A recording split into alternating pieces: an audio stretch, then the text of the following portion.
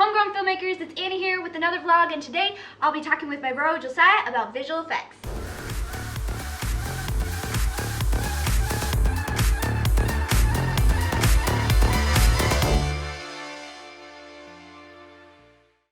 So today I'm going to sit down with Josiah and he's going to break down one of the visual effects shots he's been working on for Save Lives Apologize. If you are interested in editing or visual effects, you are going to love this video. I'm not a VFX artist and I find this stuff a blast to watch. So even if you aren't interested in the more technical side of filmmaking, I would still really recommend that you watch this breakdown.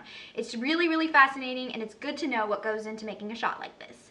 So with that, I'm going to hand you over to Josiah. Hi, I'm Josiah Pulling. Welcome to the office.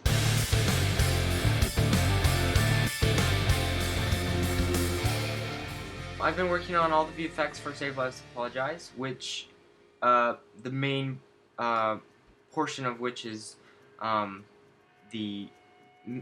middle section that we filmed entirely on green screen, so I have to add everything that needs to be there. So we filmed the death ray and the actors on the green screen, but everything else is added in post by me.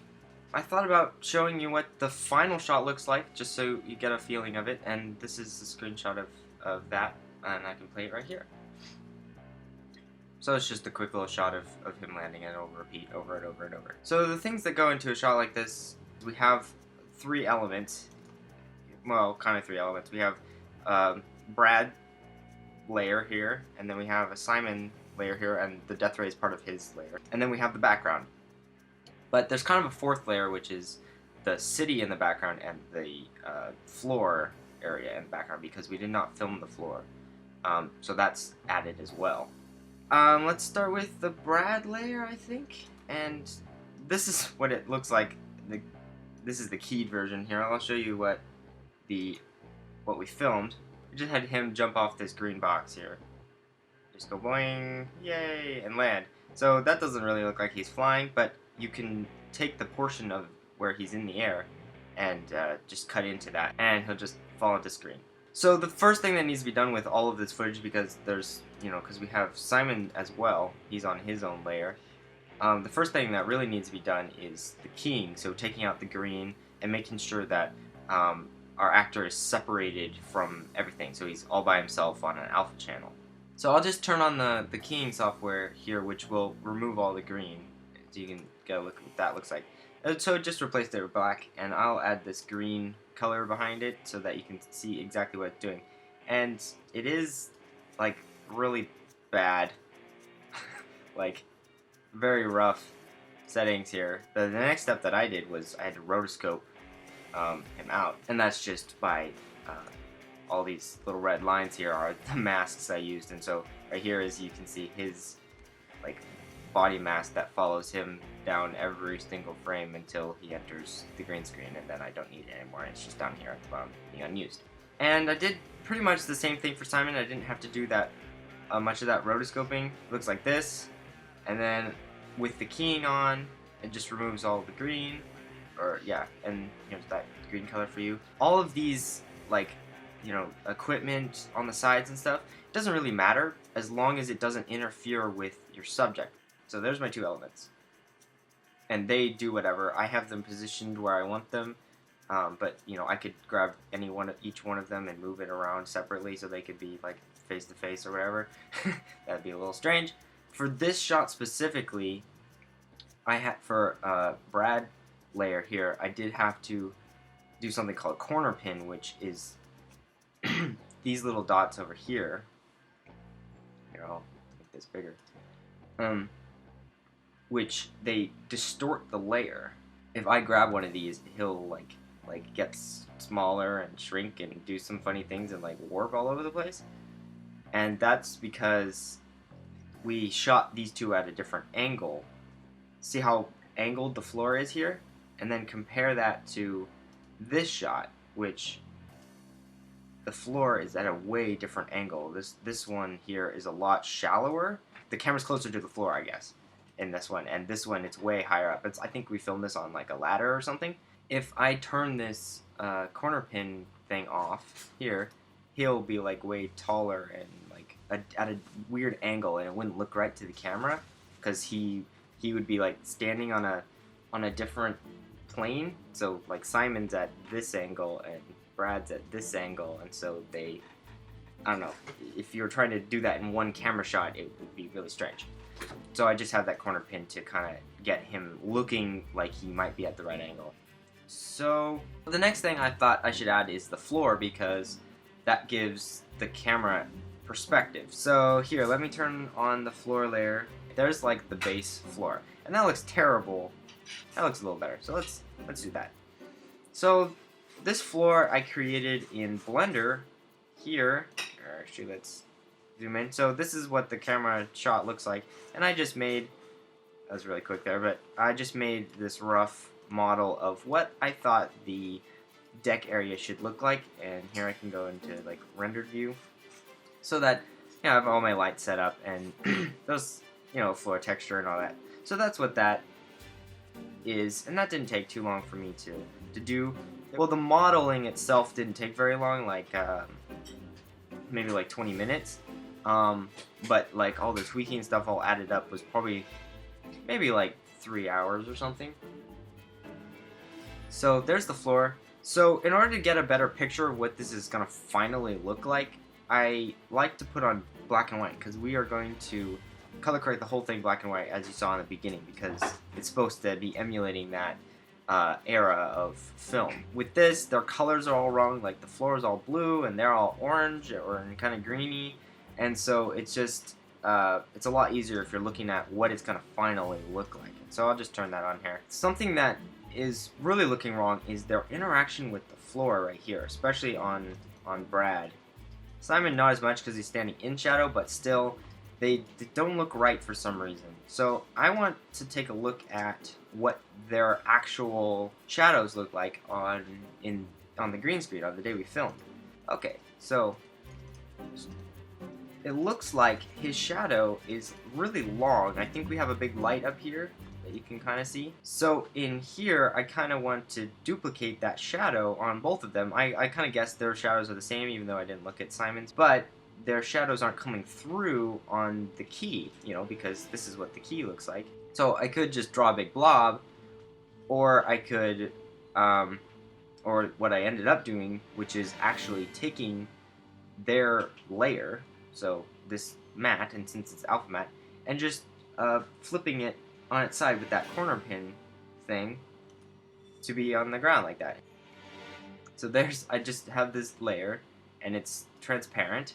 I used the corner pin down it, so it's really stretched, but I kind of tried to make it look like it was his shadow there on the ground.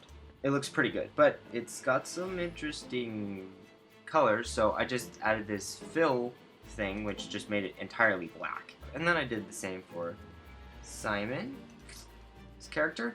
So there's another thing that I know we're going to be doing later down the line, and that is adding widescreen bars. I kind of using this to see, again, what the final image is going to look like. And I noticed that down here, you can't even see the death ray having a shadow. Like, you can't even, if I did add a shadow and go through all that work, you can't even see it. So take that into account too, that that you don't have to do everything and make it look perfect like a full 3D scene or anything like that. It's just for this camera angle and the widescreen bars and the color correction. I did add some color correction to the floor, and another thing I did was I exported out of Blender this Z-Pass. So it's basically how far things are away from the camera. It's faking depth of field. So we have 3 of our elements, and the last element that's part of the background is, well, the background. So this is the image I started with, which is not nighttime at all. It's just a panorama of Salt Lake City. And if I zoom in here, it's really, really high quality. I downloaded this off the internet, but we checked licenses and stuff, and it's free to use as long as you credit the author. So when I was looking for images to use, I was really looking for, Annie wanted a distant town. I think it's described that way in the script. And so I didn't want them to be in the city, because there's a lot of panoramas that are like in the middle of the city. So if the camera was like down here on one of these buildings, you know, that would be like in the city. I was looking for images that were kind of distant from from the city. Like the camera was looking at the entire city. And I chose panorama because they're usually really high quality, and I knew that there's several angles of the scene. So there's like a close-up of Brad and a close-up of Simon, and they're all pointing in different angles. So I thought having like, so right now I'm only using like this little section of the panorama, and I could use all sorts of other sections for other shots, and it wouldn't look like the same image, but it would still look like the same area because it is. It was quite a specific search, and it took me a while to find this one. I wanted this to be nighttime, and it would have been very nice if it had been nighttime, but most of the panoramas aren't. So the first thing I did was, of course, color correct the entire image. So just make it a bit darker, and I added less contrast, because if I take that away, if I just made it darker, it would look like this, and that looks less like night and more like sunset. I don't know. So I just took away a lot of the contrast and darkened it a lot, just so that it's like more like even nighttime light. So the next thing I decided to do was I added this layer on top here. I gotta zoom out so we can see it. So it's kind of like pretty much like a gradient. So it goes from showing the image to complete black by the time it reaches the top of the frame. This is looking pretty good, but what I did note, another thing I noticed about it is that it looks dead. Like if we take a look at this in the final shot here with the way it is, it looks really like dead, like it's an abandoned thing. And I was trying to figure out why that is, and the obvious reason is there's no lights. I went into Blender, but I modeled all of the city lights. And here they all are. And I'll show what they look like in After Effects, because that's the actual render here. So I'll turn those on. Boop! And that makes it look a lot more like nighttime. And when you zoom in this close, it looks terrible. But that's just because they have like a glow and a blur on them, because they look like that. But that still looks terrible. So, but from far away, they look just like they're like little glowing lights all over the city. So I'm not good at random, and I knew that Blender was. So I made every single city light that I could see. I mean, not every single one, but most of them. And then I had Blender just select. It has a feature that you can just select random lights, and then so that made it a lot easier for me, and I could select how much random it is, like 50% or 25% or 70%, something like that. So that made it much easier for me personally, but I could have just taken a like a pen or a tablet or something like that and just clicked little dots where all the lights are in like Photoshop or something. I like the way it turned out here. Back to the final composition here. That gives the city a lot more life. I was looking at this and I was not sure what it was missing, because I knew it was missing something. And it turned out to be a moon, and this wasn't really my idea. It was Max's idea, because he does a lot of VFX stuff, so I trust his advice and I get a lot of feedback from him. So he was also our gaffer on set, and so he added that big light that was supposed to simulate moonlight on the actors that caused those shadows that we were talking about earlier.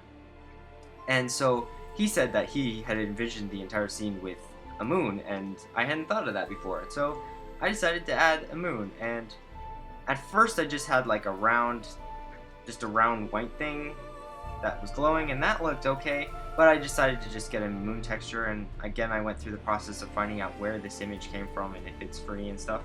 And then I added some glow to it because, of course, the moon glows. Ta-da! So that kind of fills out this image here. If we go back to the final, adding that moon really causes you to know where that light is coming from, like this highlight on Brad's forehead here, and just all the highlights on him, and where their shadows are pointing.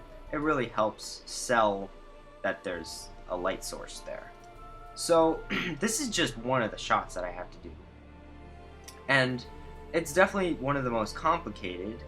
They all require a similar process, not quite as involved, because they're like close-ups and stuff, so I just need like a blurry background instead of an entire floor and shadows and all that stuff. But I don't have to do all the city light stuff again because I already did it, and it's a panorama, and so it's kind of like I've done it once, and so it's all done. So how long have you been doing VFX, and how much of this is new to you?